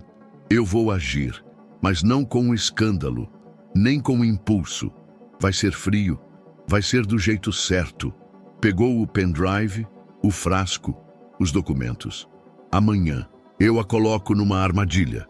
E você, se aceitar, vai estar por perto. Adelaide sorriu de leve. Quando quiser. Renato apertou a mão dela. Por Verônica, por Laura e por Davi, completou ela. Naquela noite, Renato foi até o quarto do filho. Sentou-se ao lado da cama. Davi dormia, mas seus olhos tremiam sob as pálpebras, como quem sonha com coisas que não pode dizer. Renato segurou sua mão. Me perdoa, filho. Eu deixei o lobo entrar. A mesa de jantar estava posta com cuidado cirúrgico. Louça branca, taças de cristal, talheres de prata, tudo disposto como se nada estivesse fora do lugar. O aroma suave de ervas assava discretamente na cozinha e a música instrumental preenchia o ambiente com uma falsa tranquilidade. Natália apareceu com um vestido azul marinho justo, o cabelo preso com perfeição e um sorriso treinado no rosto. Que raro você marcar um jantar assim de última hora, comentou, beijando levemente a bochecha de Renato. Alguma data especial que esqueci? Ele devolveu o sorriso com contenção. Achei que merecíamos um momento calmo, só nós e um velho conhecido, alguém que eu conheço. Antes que pudesse responder, a campainha tocou. Renato caminhou até a porta com passos firmes. Do outro lado, Dr. Ivan Matos ajustava a gravata, com sua pasta de couro à mão. Boa noite, doutor. Renato, obrigado pelo convite. Espero não ser intrometido. De forma alguma, fique à vontade. Ao entrar, o médico cumprimentou Natália com um aperto de mão curto. Ivan, ela sorriu. Que surpresa. Fico feliz em revê-la, Natália. Ela disfarçou o desconforto com um gole de vinho. Renato observava cada movimento. Sabia que aquela noite não era sobre comer, era sobre expor. E para isso, precisava que ambos se sentissem seguros. As câmeras estavam posicionadas com precisão. Uma no canto do lustre, outra entre livros na estante da sala e uma última disfarçada em um arranjo de mesa. Áudio e vídeo estavam sendo transmitidos e gravados em tempo real. Adelaide assistia de um cômodo separado, com fones nos ouvidos e o telefone da delegacia pronto para descagem. O jantar foi servido. Conversas superficiais, negócios, política, trivialidades. Ivan parecia desconfiado, mas não o suficiente para recusar o vinho. Renato esperou o momento certo. Quando os pratos estavam quase vazios, ele pousou os talheres. Tenho pensado muito sobre o tratamento do Davi. Começou num tom casual. Sobre os remédios e sobre como ele piorou, mesmo seguindo a prescrição à risca. Ivan trocou um olhar breve com Natália. Bem, casos neurológicos infantis são imprevisíveis. Cada organismo responde de forma única. Claro, claro, disse Renato. Mas aí eu fiz algo curioso. Mandei analisar a fórmula manipulada de um dos frascos. Ivan congelou. Natália apertou a taça com mais força. Renato continuou. E adivinha? Sedativos em dose tripla. Um estabilizante usado em animais. Algo personalizado, segundo a etiqueta. Silêncio. Isso é sério, Renato, disse Ivan, tentando manter a calma. Você deve ter analisado o frasco errado. Alguma troca de lote? Não houve troca. Natália respirou fundo. Amor, acho que você está exagerando. Esse médico sempre foi de confiança. Renato se inclinou para a frente. Você disse, Natália, que ninguém desconfiaria, que o pai era ingênuo demais, que era o mesmo de antes. O ar foi sugado da sala. Ivan se levantou. Isso aqui é uma armadilha. Renato também se levantou. Não, é justiça. Adelaide apertou o botão. Lá fora, 2 carros da polícia se aproximavam. Natália levantou-se bruscamente. O rosto dela, que sempre manteve controle, se retorceu em uma expressão de puro pânico. Você não pode fazer isso. Somos casados. Somos uma mentira, respondeu Renato. E acabou. Ela correu para o corredor, tentando alcançar a porta dos fundos. Um dos seguranças tentou contê-la, mas ela o empurrou. Foi quando a porta do elevador interno abriu, e Davi estava ali, na cadeira de rodas, silencioso, imóvel, os olhos dele fixos nos dela. Natália parou. O tempo congelou por um segundo. Então ela caiu de joelhos no chão. A polícia entrou. Ivan foi algemado sem resistência. Natália protestou, gritou, ameaçou processo, exigiu advogado. Mas ninguém a escutava. Davi ainda olhava para ela. E naquele instante, seus olhos disseram tudo. Ela sabia. Ele lembrava. Renato aproximou-se do filho. Ajoelhou-se ao lado da cadeira. Eu vi tudo, filho. E sinto muito. Isso não vai acontecer nunca mais. Davi apertou sua mão. Primeiro fraco, depois com força. Naquela noite, a mansão ficou em silêncio. Mas era um silêncio diferente. Não de medo, de libertação. A claridade do hospital era suave naquela manhã. A janela do quarto de Davi deixava entrar uma luz pálida e calma, que se espalhava pelo chão como um convite ao silêncio. Renato estava sentado ao lado da cama do filho, como fazia há dias. Agora, sem pressa, sem medo, havia algo de diferente no ambiente. A ausência de Natália e do clima opressor que ela deixava no ar tornava tudo mais leve, mesmo que o passado ainda estivesse fresco na memória. O garoto respirava com tranquilidade. Seus olhos, há tempos opacos, agora acompanhavam os movimentos ao redor com uma atenção crescente. Os médicos tinham notado a melhora. Movimentos mais coordenados, leves reações verbais e, o mais importante, intenção nos gestos. Renato segurava um álbum de fotos, um pequeno caderno de capa de couro feito artesanalmente por Verônica anos atrás.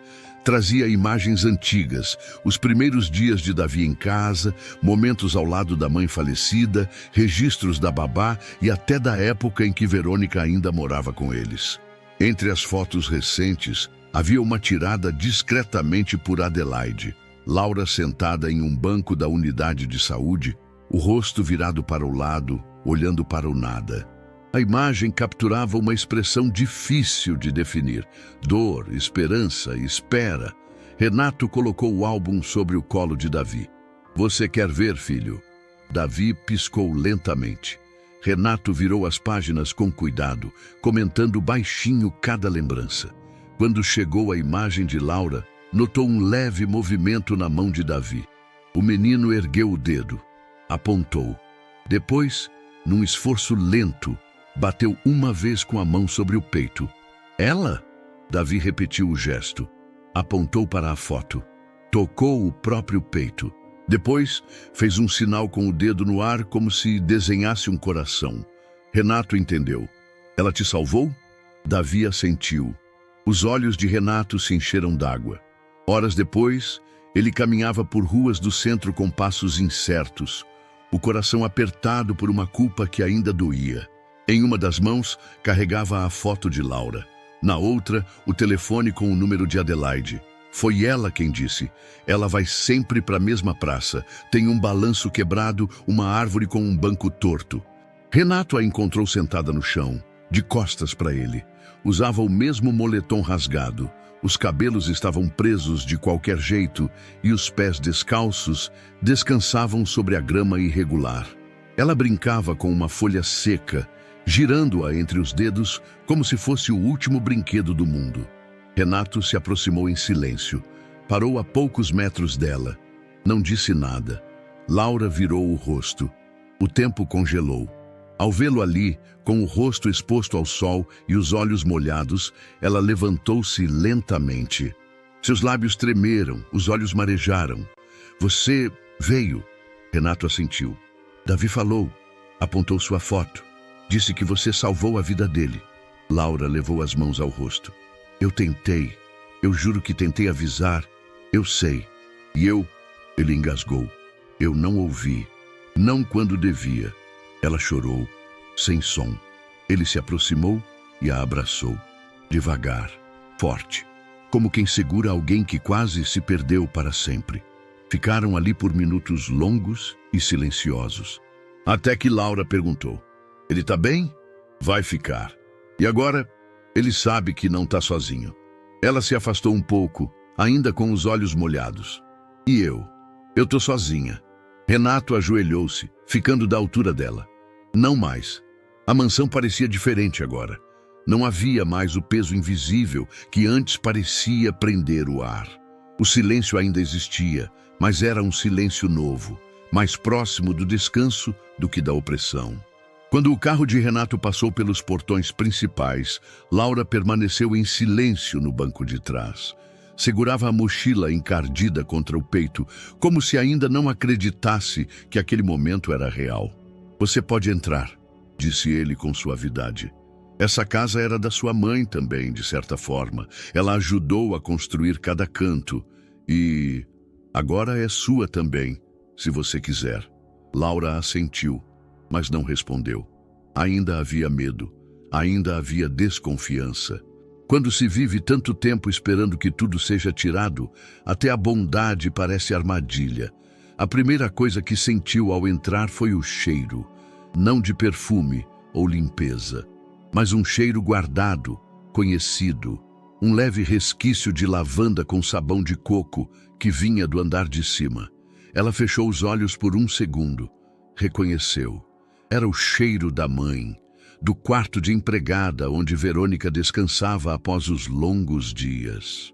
Seu quarto pode ser onde quiser, disse Renato. Mas se quiser ver o da sua mãe, ainda está ali. Laura seguiu por instinto. Subiu a escada devagar, como quem pisa num território sagrado.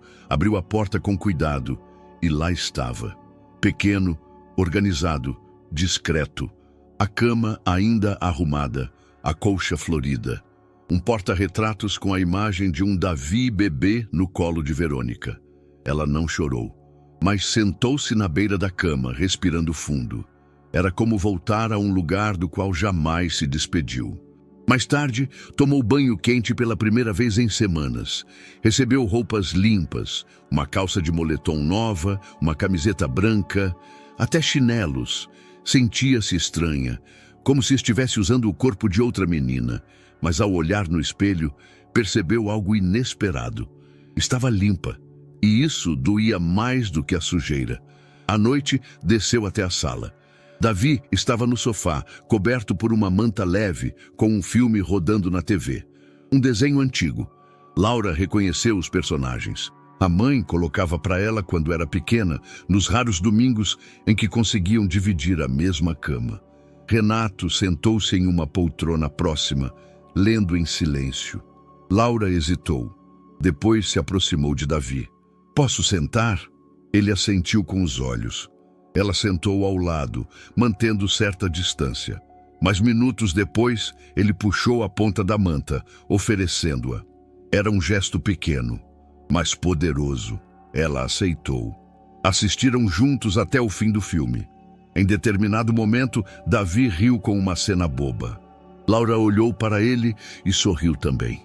Foi ali, naquele momento despretensioso, que a primeira ponte entre os dois se construiu. Não era amizade ainda, era algo mais delicado. Reconhecimento. Antes de dormir, Laura passou pelo corredor e viu o quarto do menino aberto. Ele já estava deitado.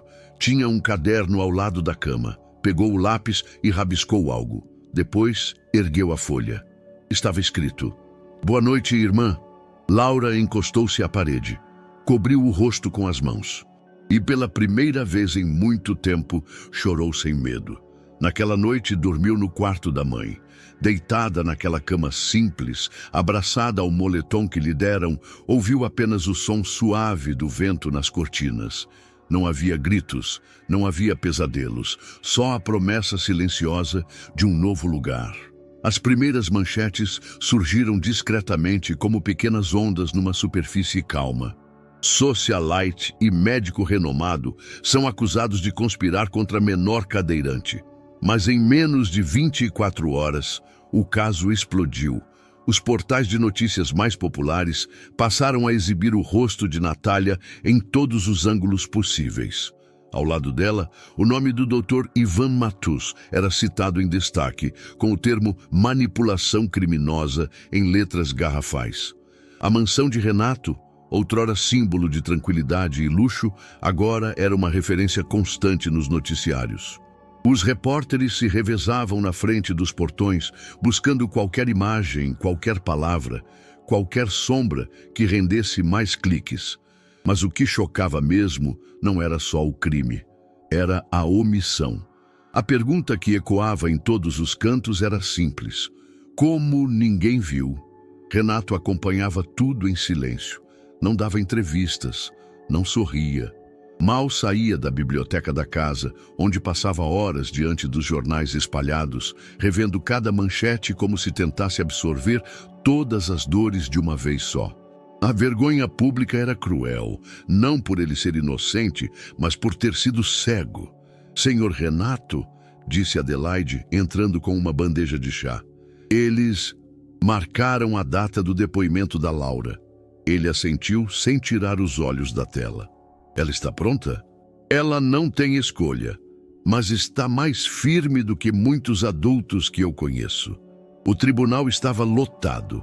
Apesar de parte do julgamento ocorrer sob sigilo, a audiência de depoimento da menor foi permitida com limitação de público. Ainda assim, a presença da imprensa era inevitável. Flashes discretos, câmeras escondidas nos bolsos, olhares famintos por escândalo. Laura entrou com a roupa simples que Adelaide escolheu, jeans limpo, blusa azul clara e o cabelo preso em um rabo de cavalo baixo. Andava com passos contidos, os olhos fixos no chão até subir na pequena plataforma. Renato, sentado na primeira fileira, apenas observava. Ela olhou para ele uma única vez e então começou. O promotor fez perguntas diretas, mas respeitosas. Queria a linha do tempo, os sentimentos, os momentos em que tentou pedir ajuda.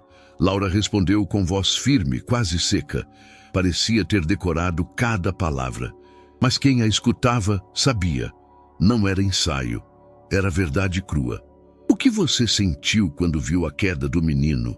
Perguntou o advogado da acusação. Medo, depois raiva, depois vontade de gritar.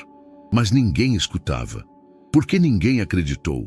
Porque eu era só uma menina suja. E ela usava perfume caro. A sala ficou em silêncio. Quando o juiz pediu que Laura deixasse o tribunal, ela saiu em silêncio, os olhos baixos novamente. Renato se levantou e foi até ela no corredor.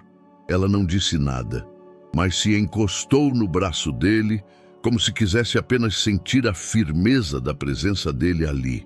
Você foi corajosa, ele disse. Ninguém pode te tirar isso. O julgamento seguiu com a apresentação de provas técnicas, gravações, laudos de manipulação de medicamentos, registros bancários entre Natália e o médico. A defesa tentou argumentar instabilidade emocional, distorção de palavras, montagem de áudio. Mas os fatos pesavam. E a opinião pública, ainda mais. A cada nova reportagem, mais detalhes surgiam. Pessoas que antes idolatravam Natália, agora diziam tê-la achado fria, teatral, impossível de confiar. Médicos que haviam se omitido começaram a falar. Enfermeiras deram depoimentos anônimos. Até vizinhos surgiram com relatos de episódios estranhos. O país inteiro acompanhava, mas para Renato, o julgamento mais doloroso era o íntimo. No espelho, via um pai que falhou.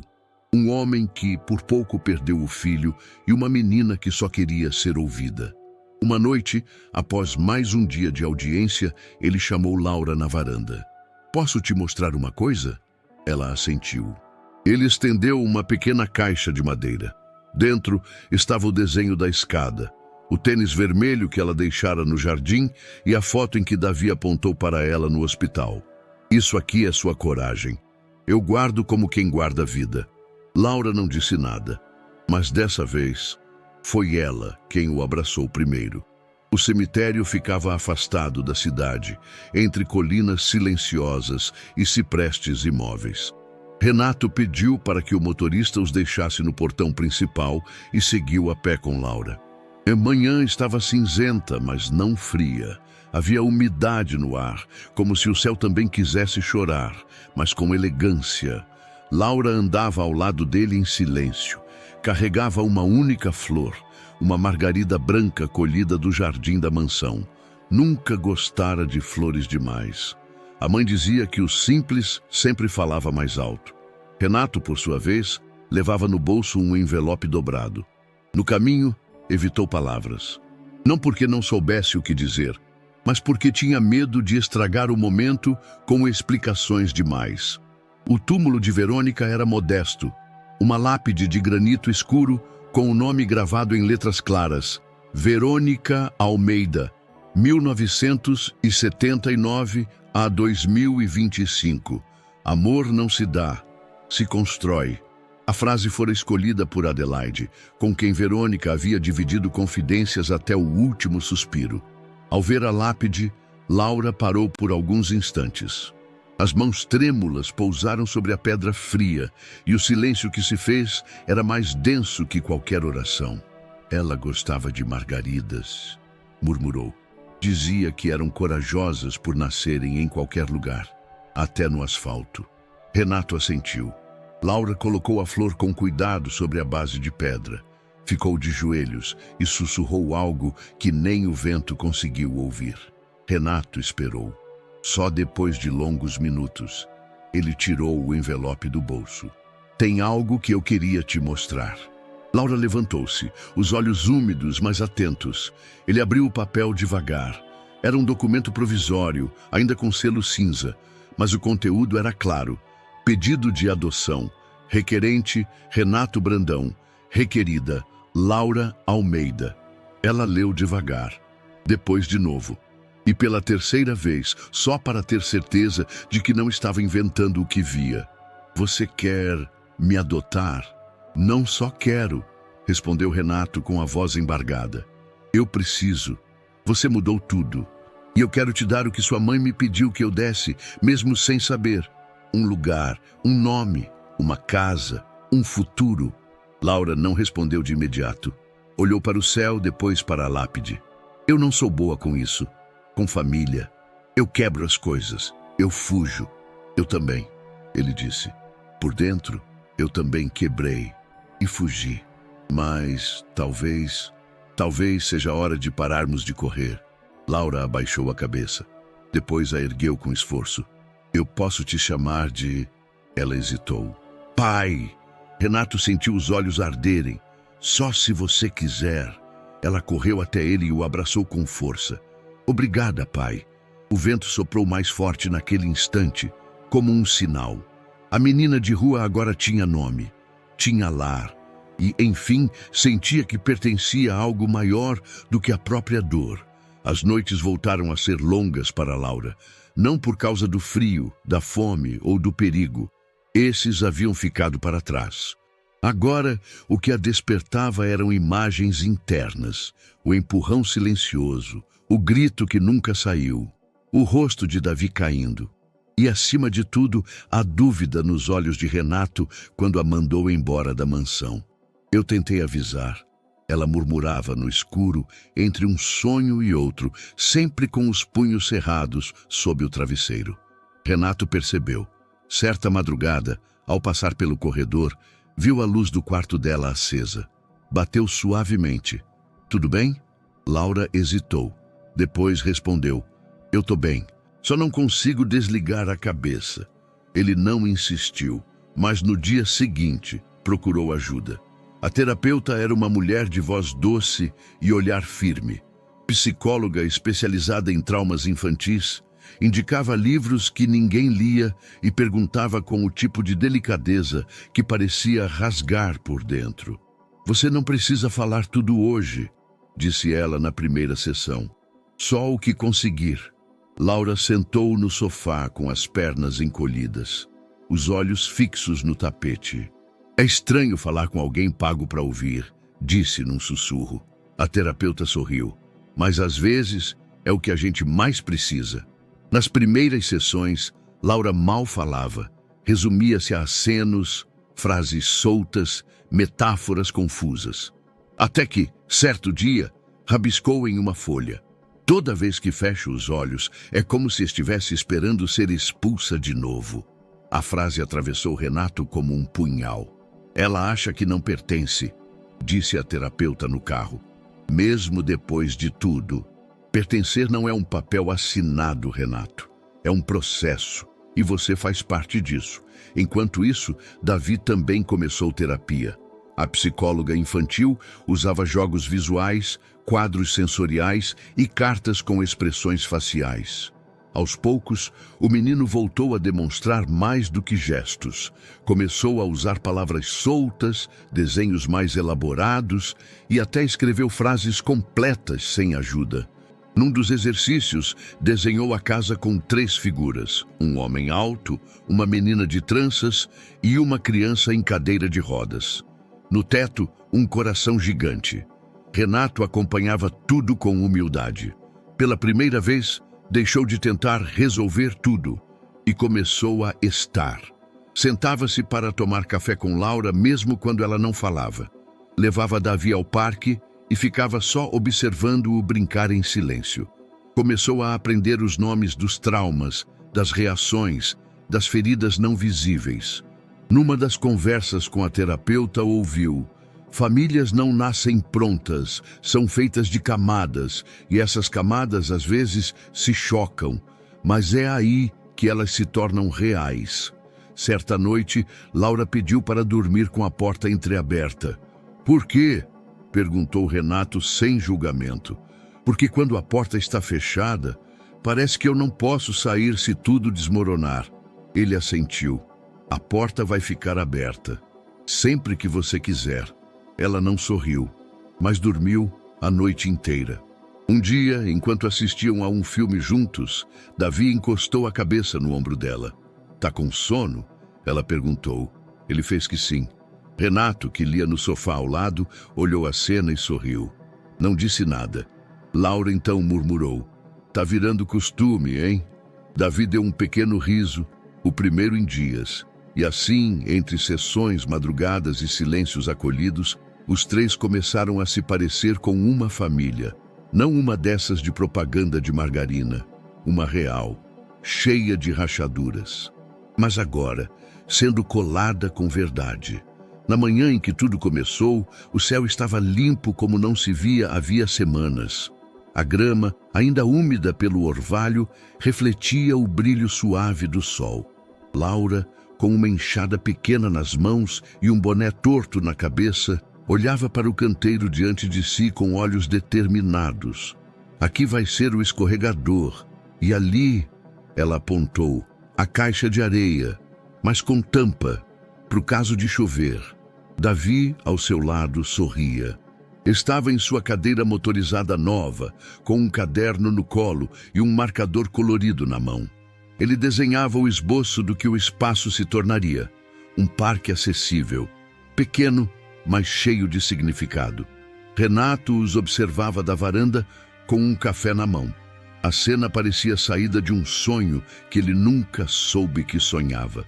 A ideia do jardim foi de Laura. A casa precisa de um lugar que seja nosso.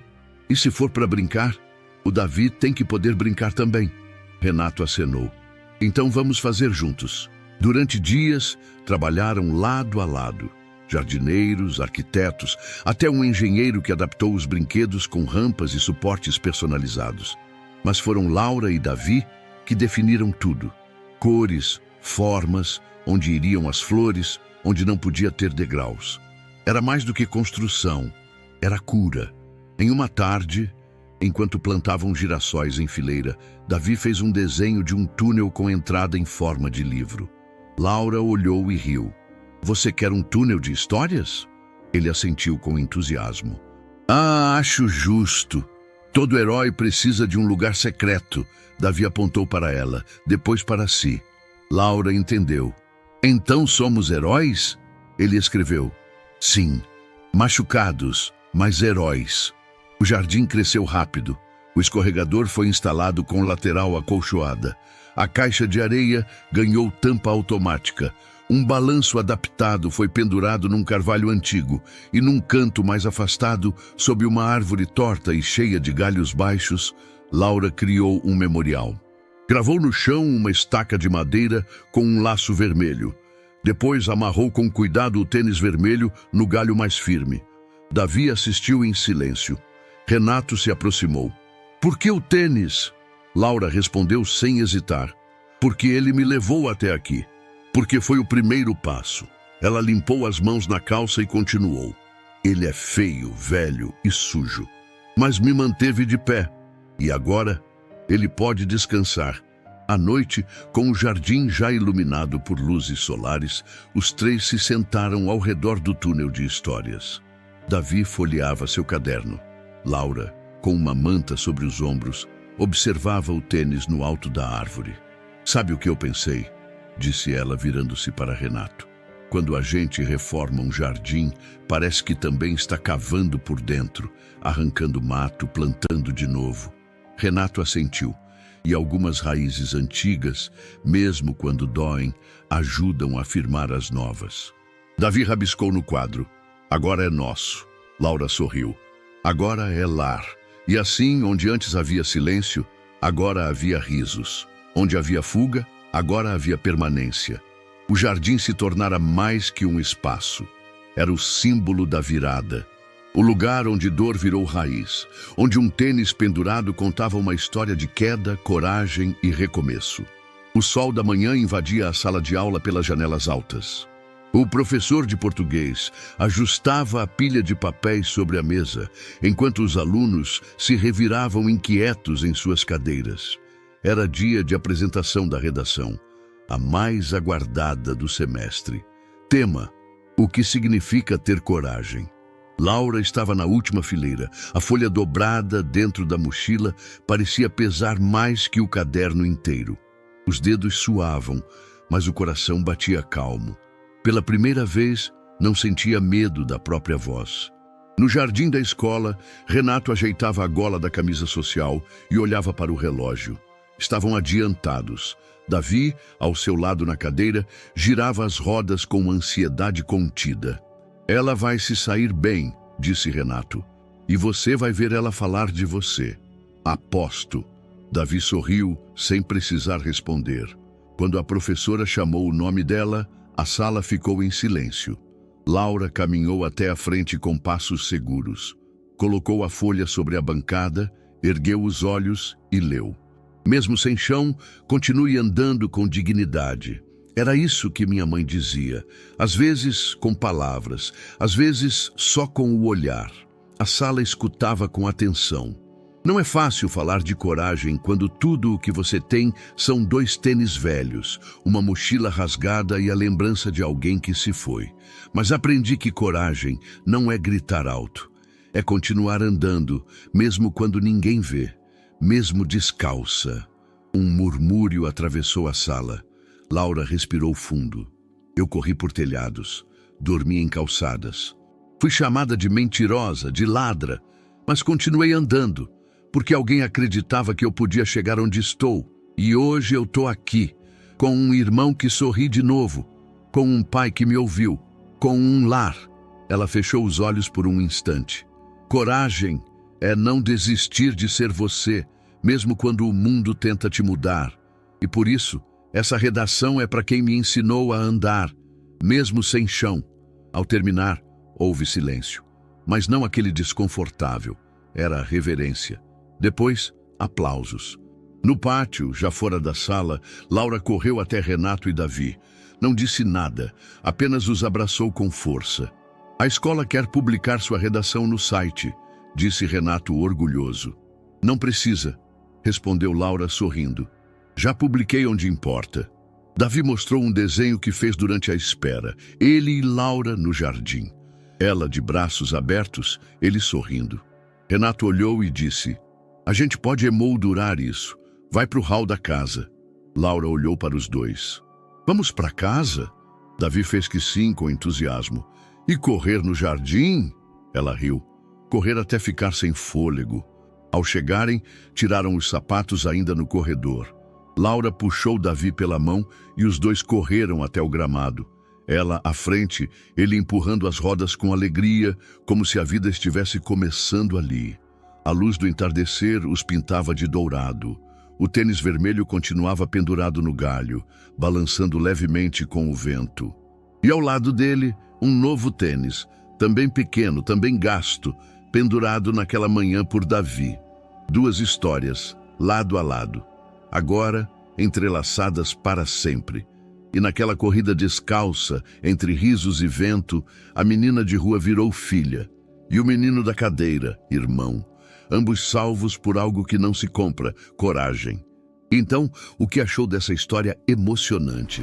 Conta pra gente nos comentários. Vamos adorar saber sua opinião. Não esquece de deixar seu curtir para apoiar nosso trabalho e se inscrever no canal. Nos vemos na próxima.